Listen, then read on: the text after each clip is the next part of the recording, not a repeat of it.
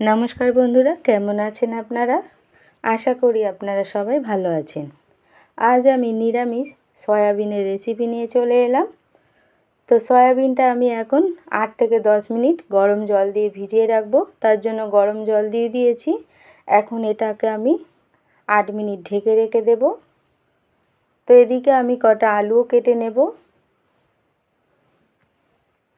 তো আমার আলু এদিকে কেটে ধুয়ে রাখা হয়ে গেছে, ছোট ছোট করে আলু কেটে নিয়েছি।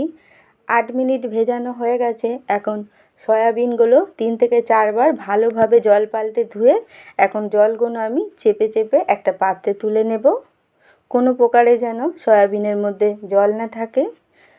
তো আমার সব হয়ে গেছে রেডি তোলা। এখন আমি 3টে টমেটো, 4টে কাঁচা লঙ্কা ও আদা এগুলো আমি কেটে নেব। আদাটা পেস্ট করে নেব জিরে গোলমরিচের সাথে।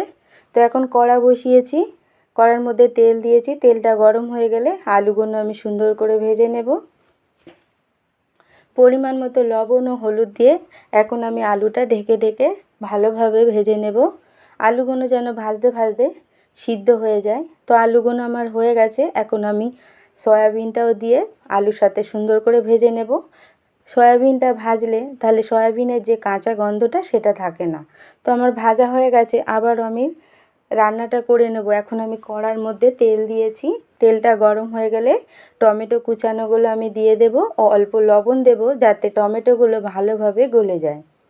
তো টমেটোগুলো আমার ভালোভাবে গলে গেছে। এখন আমি আদা, জিরে ও গোলমরিচ পেস্টটাও দিয়ে দেব, সাথে 4টে কাঁচা লঙ্কাও দিয়ে দিয়েছি। তো আদা জিরের কাঁচা গন্ধ চলে গেলে এখন আমি মশলাগুলো দিয়ে দেব। এখানে মশলা দিয়েছি আমি হলুদ গুঁড়ো, ধনিয়া গুঁড়ো আর দিয়েছি এখানে আমি লঙ্কার গুঁড়ো। জিরে তো আমি পেস্ট দিয়েছি।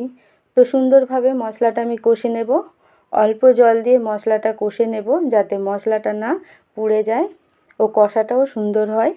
তো তার জন্য এখানে আমি অল্প জল অ্যাড করে মশলাটা সুন্দরভাবে কষে নিয়েছি। তেল ছেড়ে গেছে, সুন্দরভাবে কষা হয়ে গেছে। এখন আমি সয়াবিন আর আলুটা ভাজা আমি এখন দিয়ে দেব। দিয়ে ভালোভাবে আমি এখন কষিয়ে নেব। কষতে কষতে আমি এখানে পরিমাণ মতো এখন লবণও দিয়ে দিলাম। অল্প অল্প জল দিয়ে ভালোভাবে আমি সয়াবিনটা কষে নেব। তো আলু আমার ভালোই সিদ্ধ হয়ে গেছে। এখন আমার ভালোভাবে সয়াবিনটাও কষা হয়ে গেছে। এখন পরিমাণ মতন আমি আমার যতটা প্রয়োজন আমি জল দিয়ে দেব। তো জল দেওয়া আমার হয়ে গেছে। এখন আমি ঢেকে রান্নাটা করে নেব। 8 মিনিট পরে ঢাকাটা খুলে এখন আমি কটা আলু এখানে আমি থেসে দেব যাতে তরকারিটা মাখা মাখা হয় ও সুন্দর হয়। তো রান্না আমার এখন রেডি। এখানে কিছু ভাজা মশলা দেব, জিরে, গোটা ধনে হালকা আঁচে ভেজে আমি গুঁড়ো করেছি আর সাথে গরম মশলাও দিয়ে দিলাম। তো রেডি হয়ে গেছে এখন আমার নিরামিষ সয়াবিন। খেতে অসাধারণ হয় এই রান্নাটা, খুব সুন্দর হয়। তোমরা রুটি, পরোটা, ভাত যার সাথেই খাও সেটাই অসাধারণ হয়। কেমন হয়েছে বন্ধুরা আমার এই সয়াবিন নিরামিষের রান্নাটা? যদি ভালো লাগে লাইক, কমেন্ট, শেয়ার ও সাবস্ক্রাইব করে দিও।